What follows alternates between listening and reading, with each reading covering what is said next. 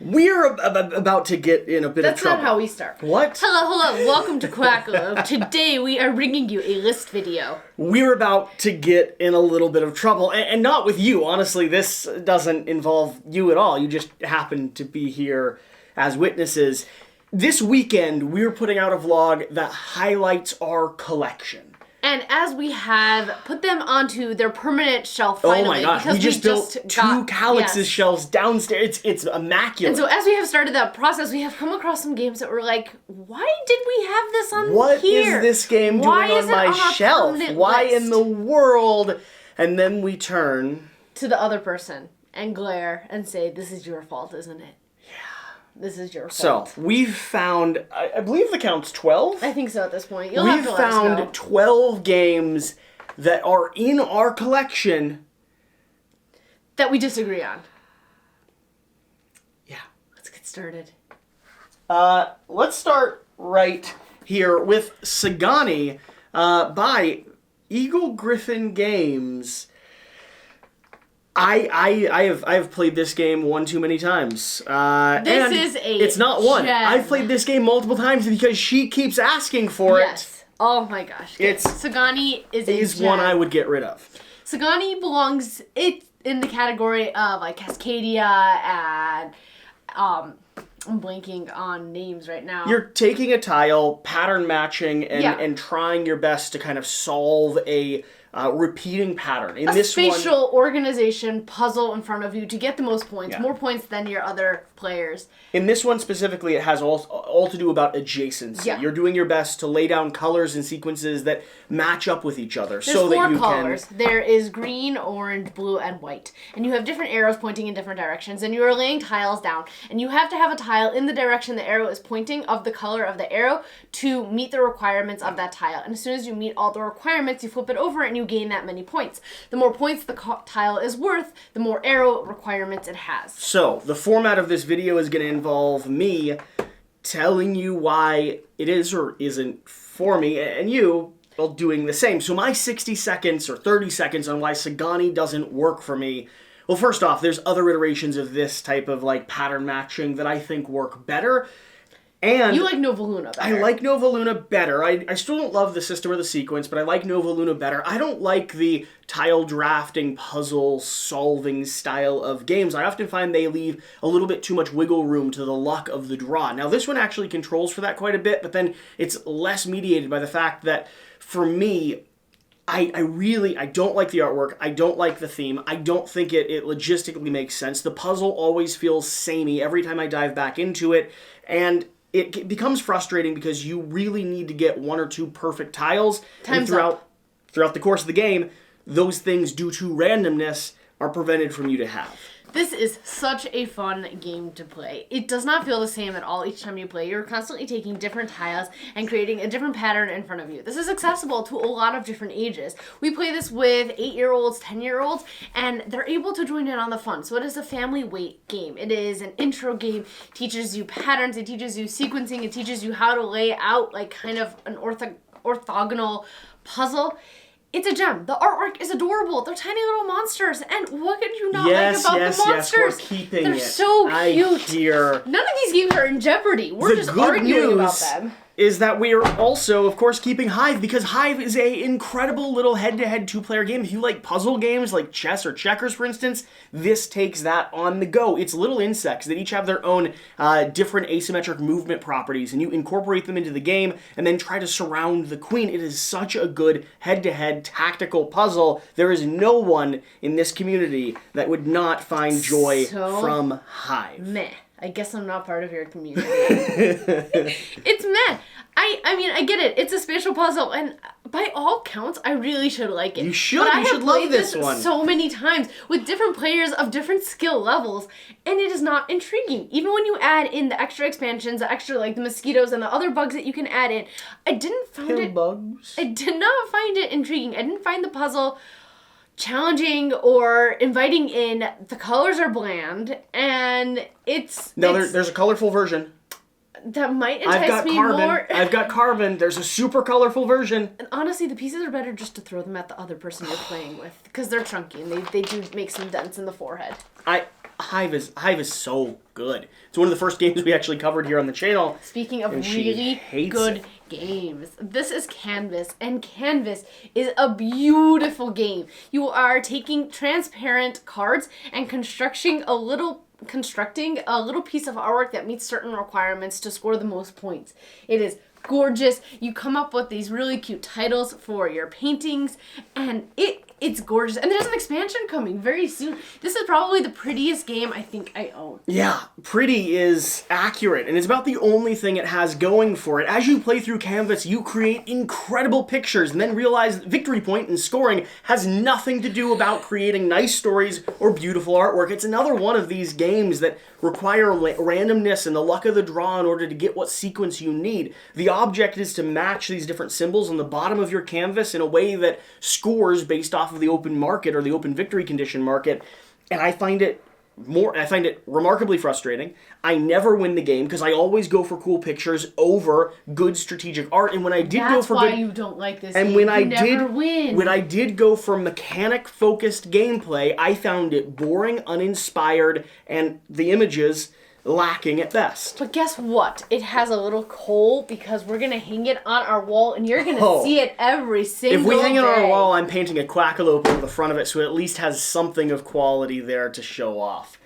The good news is we are going to be able to hang this on the wall because we actually have a adorable little fireplace that I got from the Kickstarter where this ran. This is Fire Tower. Fire Tower is a pattern-laying game where you're doing your very best to blaze a storm across the map and burn down other people's towers. It functions really well at 2, 3, and 4 players, and for me, this is one of those end-of-the-night, helter-skelter, take-that-style, ambitious games that knocks it out of the park with great theme, with fantastic gems and components, and really fun, punchy gameplay that allows you to take your vengeance out on someone who just won a strategic Euro game.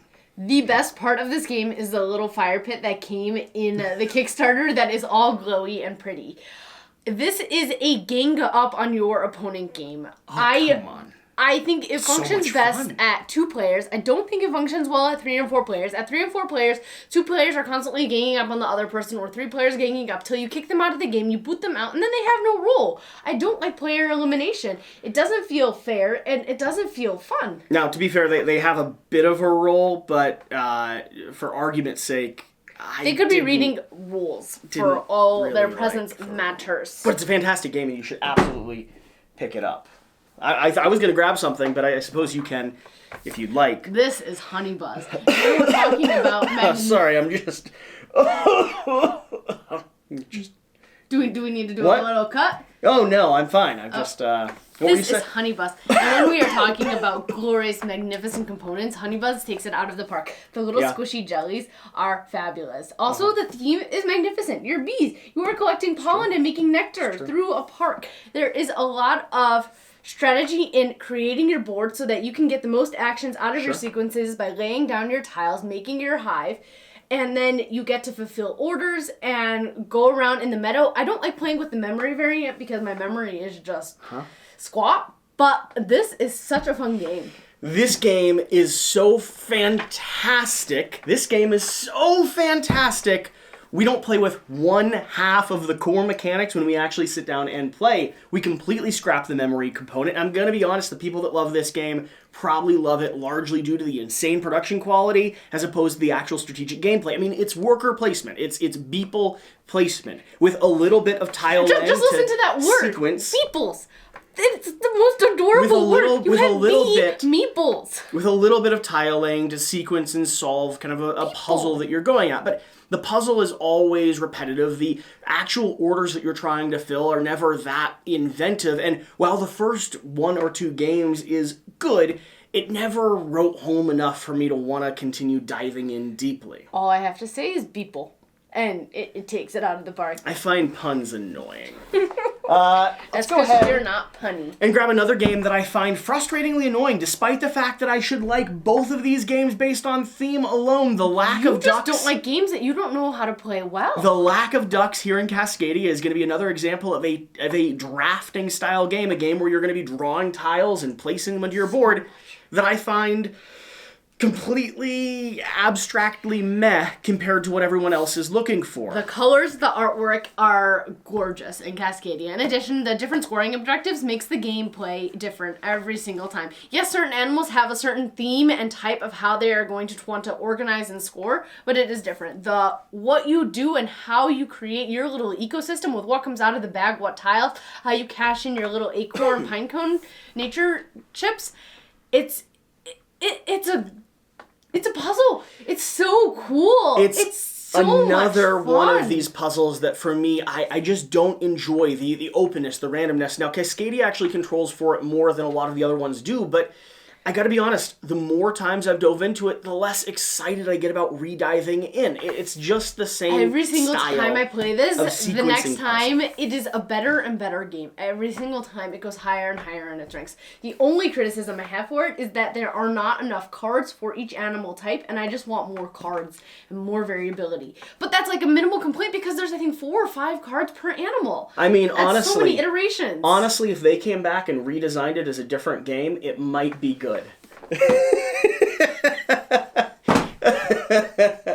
Speaking of a game that should be redesigned as a totally different game, and the only thing worthwhile about this are the squishy berries, is Everdell.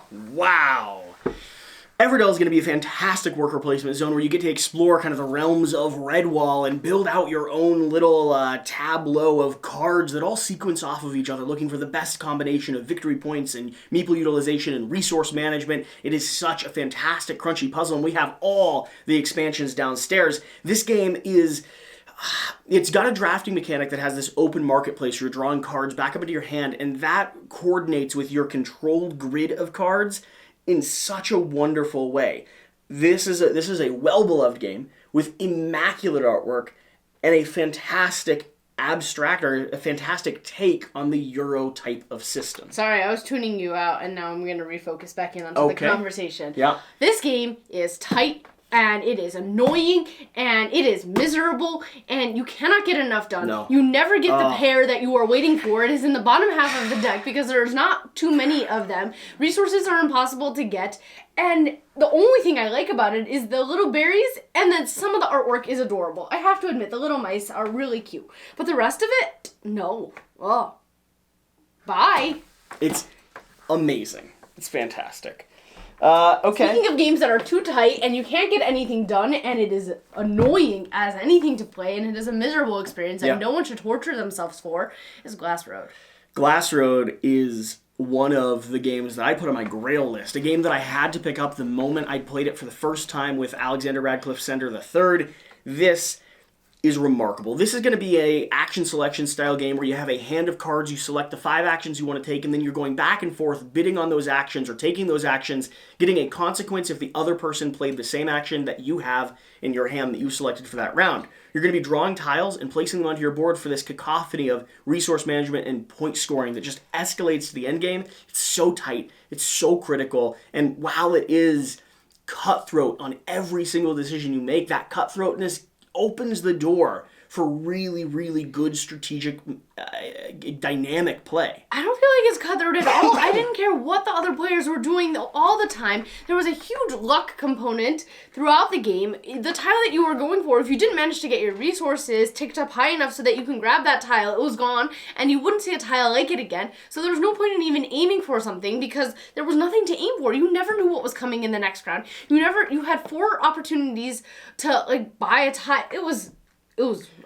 awful. Plays fantastic at 2, 3, and not 4, but 2 and 3 players. Hopefully it plays well solo because that's where you're going to see the most plays at. Oh, a game that you're going to be playing by yourself more often than not is going to be Santorini. And it would still be a gem if I played it by myself. Is I don't even think it functions as a solo game. This game is a solid abstract meh. You're trying to build buildings, get to the top, asymmetric character powers. It's fine, but it's not overly interesting. Every single time you play this game, it does not feel the same. The players are going to be constantly choosing a random power that they have that impacts the game dramatically. There are some combinations that don't work well with each other, but you are playing as Greek gods and goddesses and heroes from the Greek mythology. It is very thematic, and yes, you are trying to cap off a tower with a blue dome, and the first person who gets to do that wins the game. And using your meeples... Is it the first one that gets to cap off a tower? No, it's the first one that makes it to the top of the tower. No, they have to cap it. Is that what they do? Yes. You can't land on top of that. You have to cap the tower. So you haven't played it enough. We're going to play it a little bit more and change your mind I about played it. with Ricky 3 times and lost every game. There is a very strong theme here with the games he does not like. He does not It's like not. losing. No, that is definitely not the case. Yes. I don't mind losing at all, as long as the game tells an interesting story, which Santorini actually does. It has a really adorable comic book in it. Yes, it does. It has a book inside of it. This is so much fun. It is probably one of my favorite abstracts, besides from maybe Tack and Yinch. This is magnificent. I think you're wrong on how you win, though. There's 18 domes. You cap the towers in order to prevent people from making it to the top. You make it to the top with your meeple to win. You might be right. I am right. It's been so long since I played it because I don't have anyone to play it with anymore. No, that was a good comeback. That was a good way to save some face. Yeah. No, I have played this with Alex. I played this with Ricky. You've played it with me. Have I? Yeah. I crushed you, obviously, because you don't know how to win these games. It was one of the very first times we met. I think it was actually the first time we sat down and played games together. Yes. It was the first game we played. We played 3 iterations of it. And you lost every single one because you're just awful at abstract games. Oh, so much fun. And I even have painted meatballs. A game that I'm not awful at is going to be a game called Flick of Faith, or really any open-ended dexterity game if we want to dive in and talk about it. I mean, this game, though, is one of my favorite dexterity games in the space. It is simple and abstract enough to be compelling, but also combines those things that you might like from a game like Crokinole. You're going to be flicking little discs with super different asymmetric powers, just like Santorini. You love that mechanic in Santorini, trying your best to land on islands or knock other discs off islands to establish fortresses there and score victory points throughout every consecutive round. There's an expansion, and there's a ton of different modules that change up the game with superhero god powers and a lot of other dexterity mechanics. The asymmetric powers, they don't all feel equally fun. Some are more fun than the others. Your fingers always hurt at the end of this game. I hate flicking things. My my fingers hurt. I don't like dexterity games. I think they are a matter of luck. You don't like luck when it comes to any of these other skill-requiring games. Yet when it comes to so games good at that do not require any skill, watch this, just right across the table. Ha! Off the table. Okay. When it comes to games not that good at flicking. Do not require skill. That's when you like it. I don't like, really, the only dexterity game I like is Crokinole, and that is because of the workmanship that goes into the board. I love admiring the workmanship. Any other dexterity games? No. Hard pass. Tell that to Hamster Roll. Hamster Roll is maybe another exception. It's not a flicking game. Yeah. You like some dexterity games. I don't like anything that requires don't like the flick. Flicking. My nails are just so fragile. They hurt. Oh, your nails are fragile. Oh, hush. Oh, wow. This is a chaotic mess of a game. Yeah, it's a mess of a game, which is going to be the biggest problem with it. Listen, there's not a lot you can do to control for the chaos that's happening here in front of you. That's what's so much fun. You have to build up your tower. You have to build up your castle and survive the onslaught, the horde of people that are coming to attack you. You have so many worker places to play your workers and do different things, and every person can take a different strategy. The whole point is that you have to survive till the end. You actually might try to tactically get your castle destroyed in the beginning so that you can rebuild and gain more resources. You don't want to be the highest in the point track until the last round, because then you get killed the worst. It is chaotic, so much fun. Oh my goodness, when the hordes come, everyone's like, who knew they were coming from this side and this side and this side, and my castle just got blown up and I'm dead. And it's gorgeous. The pieces are so this is fabulous. Yeah, it's got some interesting mechanics to it, I'll admit that, but really the fact that you're basically playing a game farms. Where you like farms. You have cascading failure in a way where you might as well just leave your walls down, because as things invade and Alex start tried that up, one game and he won because he just had a lot of missionaries. It's mercenaries. Well, potentially both. It's not realistically a tower defense style game. Like you are trying to set up your walls and guard against the hordes, but at a certain point, bad luck and chaos and people smashing them down it's just gonna ruin your day. There's elements that are here that are fun. I can't say that it's not entirely fun, but I'm never really asked. It's an experience, and it's lots of fun. And a game that is absolutely an experience, because we just had one. You see, we were working at playing through a campaign, and we realized that we needed to do a video about things that we don't agree with. Because Marvel Champions is amazing, and both of us are full swing, die-hard Marvel fans. And Champions is one of the best applications of the Marvel cinematic or comic book universe in the gaming space available. It's going to be a card sequencing where you build your deck, you construct your deck before the game, and then you go head-to-head against a variety of different villains, playing cards from your hand that let you do so many cool superpowers and abilities like attaching Iron Man's gear or throwing Captain America's shield or Thor's hammer through the heads of all your enemies. It's got this escalating kind of tension where you always feel like you're going to lose, and oftentimes you lose. But then a lot of times you can pull out that victory in the most epic, heroic moment of your life. So fascinating. It's my favorite solo game. It is so fascinating because you usually don't like games that you lose at. Yeah, this is a game that I don't think you'll ever win. This is a theory. Think you'll ever win this my game. favorite game of all time is Kingdom Death. You can't tell me I don't like games that I lose at. Kingdom Death, we are doing fantastic. I have to tell you, we're in Lantern Year 14, and we have like greater than 10 survivors. Our settlement is doing great. Marvel Champions is just not fun.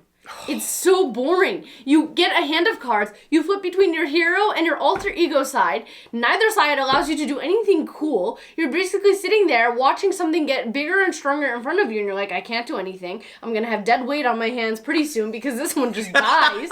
and then the game even beats you up. That was personal, Shira. The game beats you up even further because even though the other character is dead, it's still punishing you for them being in the game. It is so punishing. If you're the defensive person, you have to take care of the other person because they're just like, I have no armor. I'm just gonna walk here naked because la la la, shoot me. Rocket Raccoon's a gem of a character, and you're just a jerk. It's not fun. I don't want to ever play it again. Yeah, but it's amazing to play by yourself, which I have been doing a lot of. Yeah, you should continue that recently. So there you have it. If you enjoyed this video, it probably won't be the last. Yeah, it's we fun. disagree. It's fun to get the wind out of the sails every now and then. No, but these are all games that are still in our collection. Like, they're sticking around. We both enjoy, and some of them we're willing to play with each other. Yes. And some of them we're not. Play when friends come over. Or Marvel Champions, I play on my own. There's reasons to have a collection, even if we don't 100% agree on it all the time. Yeah, we have friends, in case you didn't know. Yeah. We do have friends. And despite Canvas, they're all staying. And Marvel Champions will go. The second you get rid of Canvas, I will burn it. I won't even sell it. I will take a lighter. The best part about Fire Tower is lighting after the Empire in flames. I'll just chuck Hive at you while you're sleeping and just chuck it at you. I've heard you're terrible at dexterity games, which means Hive's gonna sail right by and my Flick of Faith towers are just gonna smack right across your forehead. Just ping, ping, ping. What else is here? That Everdell? Oh, the little mice? I will feed it to the dog. I am going to take both the adorable meeples from Honeybuzz and Everdell, the little berries, and I'm gonna shove them down your gullet so far you have to get a respirator to breathe.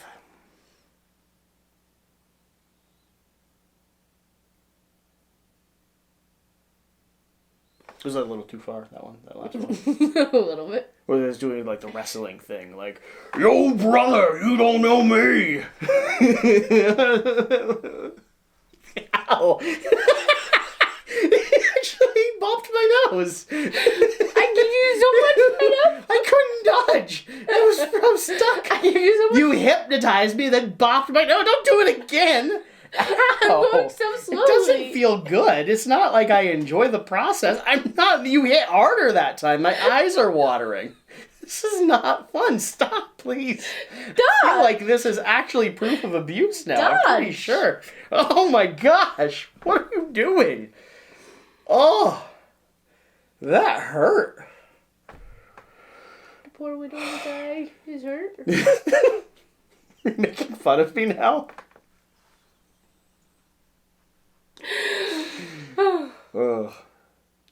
None of this was left in, by the way. What? Yeah. Oh, yeah, all of it definitely was. No. Pass my water bottle. The one that you stole. My throat was going. I know. Did you, like, my throat just started disappearing. I was like when I did the fake cough, I was like, It was both. Because I desperately needed to cough. And I thought it'd be funny just to interrupt you for one of them. But that was not a, like, this is just going to be funny. It was like a, please, throat, come back. Yeah. Cool, that was fun. Yeah. Really good video. That's a wrap.